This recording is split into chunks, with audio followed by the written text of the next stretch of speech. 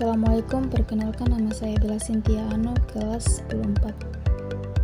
Nah, kita akan membahas materi tentang jaringan komputer dan klasifikasi jaringan komputer.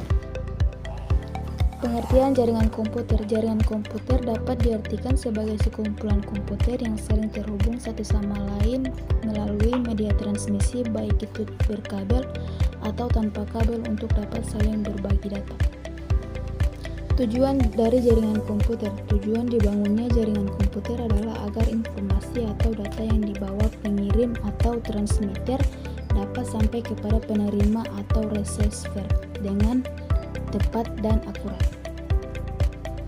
Di sini kita akan membahas klasifikasi jaringan komputer.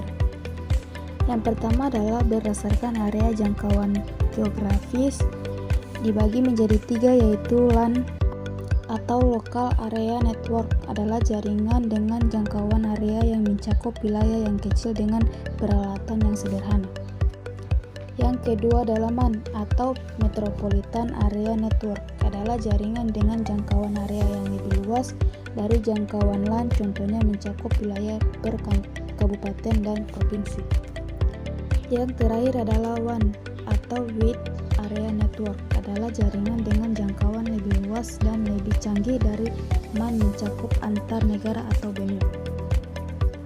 Yang kedua, berdasarkan tipe dan fungsinya, dibagi menjadi beberapa bagian juga. Yang pertama, pada jaringan peer-to-peer, komunikasi antar komputer secara langsung tanpa melalui perantara.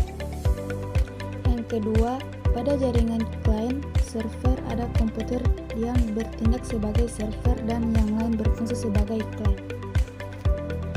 Yang ketiga, berdasarkan media transmisi, dibagi menjadi 2 bagian, yaitu jaringan berkabel atau wired network, digunakan untuk menghubungkan satu komputer dengan komputer lainnya agar bisa saling bertukar informasi, data, atau terhubung internet.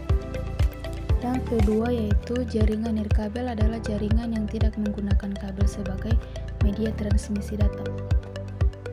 Dan yang terakhir, berdasarkan topologi jaringan, juga dibagi menjadi 5 bagian, yaitu topologi bus adalah topologi jaringan yang lebih sederhana, jaringan di mana semua backup dalam jaringan terhubung ke satu kabel atau jalur.